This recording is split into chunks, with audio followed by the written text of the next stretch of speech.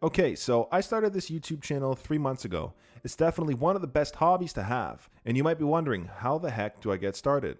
What sort of equipment do I need? Well, here's the thing. You really don't need much. I would hope you have a smartphone, since that would be your camera. Apart from your smartphone, you only need one more thing, and that's a good microphone. Problem is, good mics cost upwards of 300 bucks. While I started with a not so great but functional lav mic, you really don't need to spend much more to get a way better sound, and that's where this comes in. The Fifine ampligame mic is a perfect balance of quality for budget. Now, this isn't a sponsored video, but they did send it to me for review. Secret is, I've been using this as my main microphone for the last 4 uploads on my channel. Okay, so jumping in and unboxing, you've got the microphone itself, some paperwork that I'm definitely going to read. There's a USB A to C cable. The mic itself is lighter than I thought it'd be, but that's not necessarily a bad thing.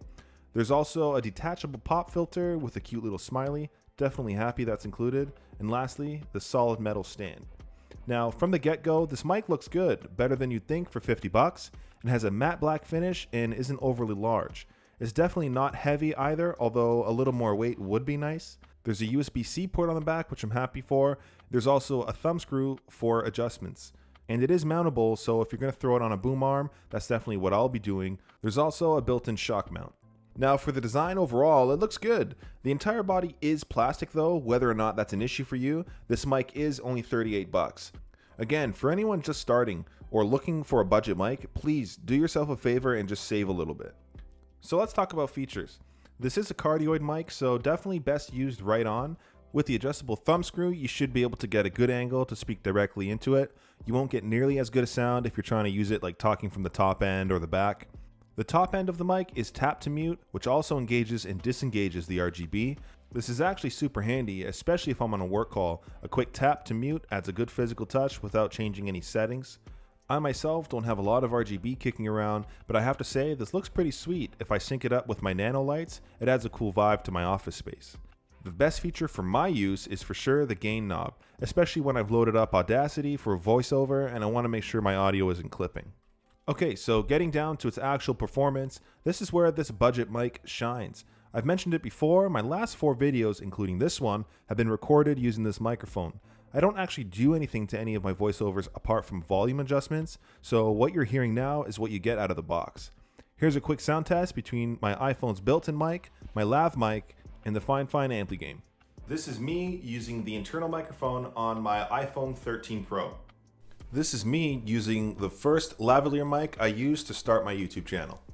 This is me using the Fifine ampligame microphone that I've used in my last 4 videos.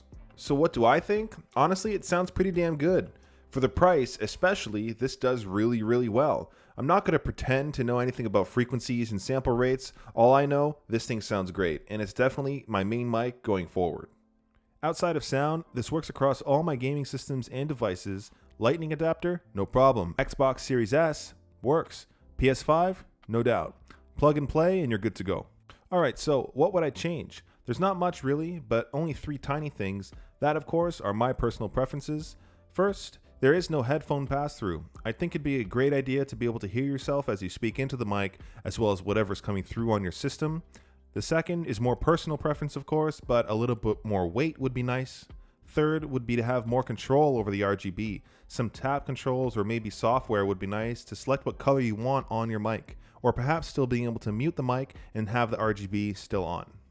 Well, overall, for the price, this mic is a great starter mic. I say that myself as a starter. The one thing that took my channel to the next level was audio quality. So hands down, I recommend saving a couple extra bucks and just getting a good mic. You don't need to break the bank for good quality. If you're interested, the mic is linked below. Anyways, that's been it. Thanks for watching. Till next time.